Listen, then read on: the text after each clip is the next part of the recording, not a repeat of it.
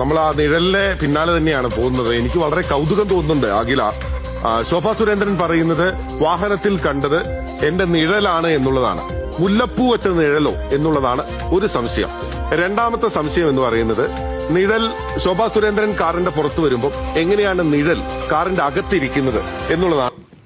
ഈ സമയത്ത് പഠിക്കാൻ പറ്റിയൊരു കാര്യമുണ്ട്. നിഴലുകളുടെ അരിക് ക്രമരഹിതമായി കാണപ്പെടുന്നത്, അല്ലെങ്കിൽ നിഴലുകൾ ക്രമരഹിതമായി കാണപ്പെടുന്നതിന് കാരണം വിഭങ്കനമാണ്, അഥവാ ഡിഫ്രാക്ഷൻ ആണ്. നിഴലുകൾ ക്രമരഹിതമായി കാണപ്പെടുന്നതിന് കാരണം വിഭങ്കനമാണ്, അഥവാ ഡിഫ്രാക്ഷൻ ആണ്. അതുപോലെ തന്നെ സൂര്യന് ചുറ്റുമുള്ള വലയം, അതുപോലെ തന്നെ CD-യിൽ നമുക്ക് കാണുന്ന മഴവില്ലിന്റെ നിറം, ഇതിനൊക്കെ കാരണം ഡിഫ്രാക്ഷൻ ആണ്, അഥവാ വിഭങ്കനമാണ്. പിന്നെ അവിടെ പറയുന്നുണ്ട് മുല്ലപ്പൂ ചൂടിയ നിഴൽ എന്ന് പറയുന്നുണ്ട്. ഈ മുല്ലപ്പൂ ചൂടിയ നായർ സ്ത്രീ എന്നൊരു ചിത്രം കേട്ടിട്ടുണ്ടോ? മുല്ലപ്പൂ ചൂടിയ നായർ സ്ത്രീ എന്ന ചിത്രം ആരുടേതാണെന്ന് ചോദിച്ചാൽ അത് രാജാ രവിവർമ്മയുടേതാണ്.